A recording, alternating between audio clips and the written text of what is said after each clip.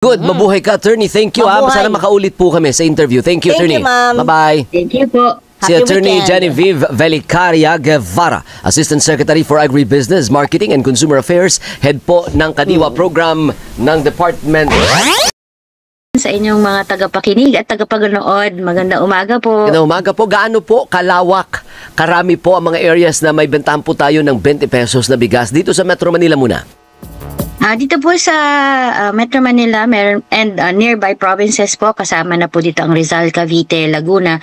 Meron po tayong 32 na sites, na Kadiwa sites po, na currently po nagbebenta ngayon ng ating P20 na bigas. Saan po yun? Sa Visayas naman, opo. Saan po yun? Dito po sa Quezon City, meron po tayo dito sa Marikina, sa Manila, sa Valenzuela, Caloocan. Paisa-isa lang, ma'am. Halimbawa sa QC, banuknukan ng laki po ang QC. Oo, pinakamalaki. Malaki tayo. Oo. Meron po tayo dito sa may BAI, sa may Bureau of Animal Industry, dito sa may Visayas Avenue. Meron din po tayo sa mismong Department of Agriculture, dyan po sa may Quezon City Circle. Meron po tayo sa Kamuning Market.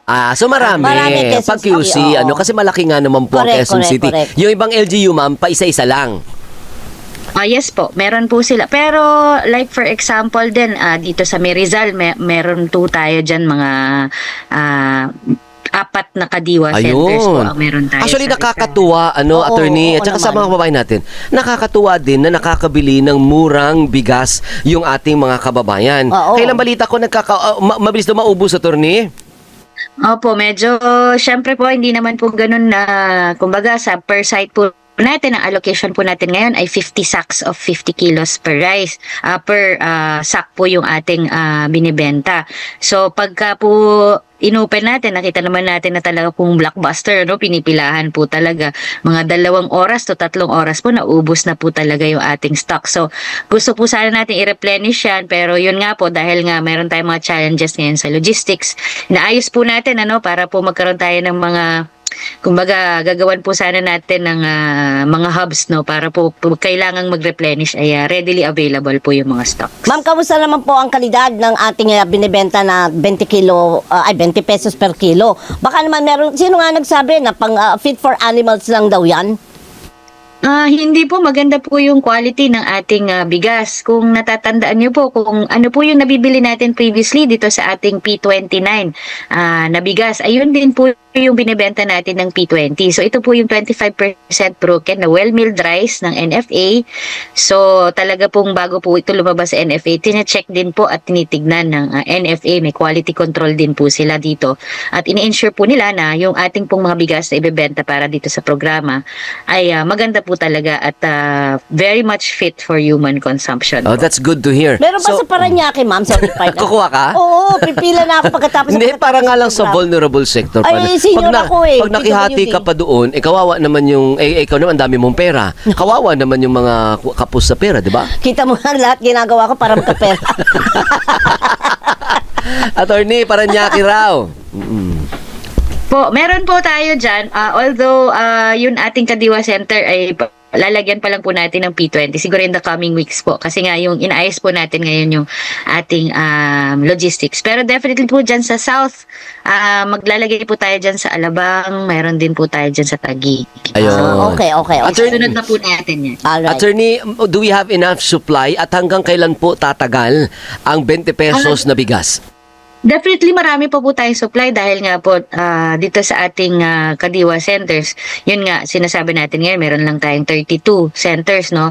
Very much, kumbaga, kung tutuusin mo, maliit pa po ito. So kapag po medyo in-expand na natin yung ating mga Kadiwa centers, of course, yun nga, magkakaroon tayo ng allocation per center. Ngayon po, marami pa tayong supply, so kayang-kaya pa po nating providean yung ating mga Kadiwa ng ating bigas. Kaya bang umabot hanggang Pasko yan? Ilang buwan pa yan? Ano pa ba ngayon? Mayo, di pang 5 malapit na buwan. June. Kaya pa bang tumagal 7 buwan? Yun naman pong ginagawa ngayon ng NFA, sinasabi po natin itong P20 na ito ay galing po sa buffer stock ng NFA. So sabi ka po natin, kinailangan po natin din na i-implement itong klaseng program na ito dahil nga po kailangan nating i-free yung ating mga warehouses ng mga current stocks natin ng buffer stocks. So pag po ito po ay na-clear, tuloy-tuloy naman po yung pagbili ng NFA ng ating mga bigas o palay mula sa ating mga magsasaka. So, at makikita po natin na hindi lang po yung consumer yung natutulungan, yung mga mamimili natin yung natutulungan ng programang ito. At kasi natutulungan po yung ating mga farmers, no? Dahil po inaalaw po ng ito na si NFA makabili ng mga stocks or palay mula sa ating mga farmers. So, tuloy-tuloy po ito, no? Hindi po ito tumitigil dahil ito po ay mandato talaga ng ating NFA. So kaya nga hanggang Pasko, yun ang tanong ko. Kaya ba hanggang Pasko o hindi? Yes po. Dahil po tuloy-tuloy ang pagbili po natin at of course, wag naman sana magkaroon po ng calamity at emergency dahil dun po ginagamit yung ating buffer stock.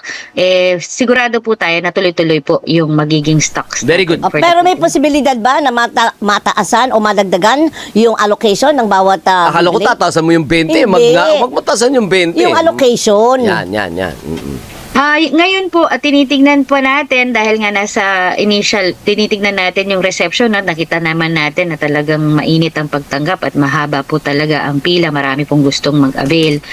Gusto po natin sana ay tuloy-tuloy din na madagdagan natin. Pero yun nga po, sinasabi natin, tignan natin kung ano yung magiging rollout pa in the coming days and the coming weeks. Kung kakayanin o i-expand natin yung stores o expand natin yung allocation per store, yan po ay titignan natin pa sa mga susunod pong mga araw at linggo po. Ayan. Para malinaw lang, mamaya may magmarakulyo doon na bakit ito lang? Oo. Diba? Alam mo naman yung ibang Kaya mga tao, tinatanong ko diba? siya pa kung hanggang kailan. Kasi minsan after ng launching, wala na, naubos na kaagad. Yun lang, So oo. magtutuloy-tuloy po ito. Kakayanin po hanggang Pasko ang programang ito. Thank you. At attorney, meron po ba kayong reminder sa lahat ng mga nag-a-avail na ito? Reminder, paalala po. Kasi yung iba sa atin kasi nananamantala din Ay, po. Kasi, oo. wag naman po. Para lahat tayo makinabang. Correct. Go ahead, attorney. Yun po, pag ating pong P20, benteng bigas, meron na. Yan po ay mabibili natin sa ating mga Kadiwa centers. Ngayon po, currently, meron din po tayo dyan sa May Visayas, sa Cebu. Susunod na po ang Bohol, ang Southern Leyte, Siquijor. So, yung expansion po natin ngayon ay tuloy-tuloy. Nire-remind ko lang po ang programa pong ito. Pag sa Kadiwa Center po, ito po ay para sa mga vulnerable sectors, sa ating mga 4P, senior citizens, PWDs, at solo parents. Nire-remind ko po na sana meron po kayong dalang ID para nililista po kasi natin yon para ma-monitor natin kung sino po yung mga nag-a-avail.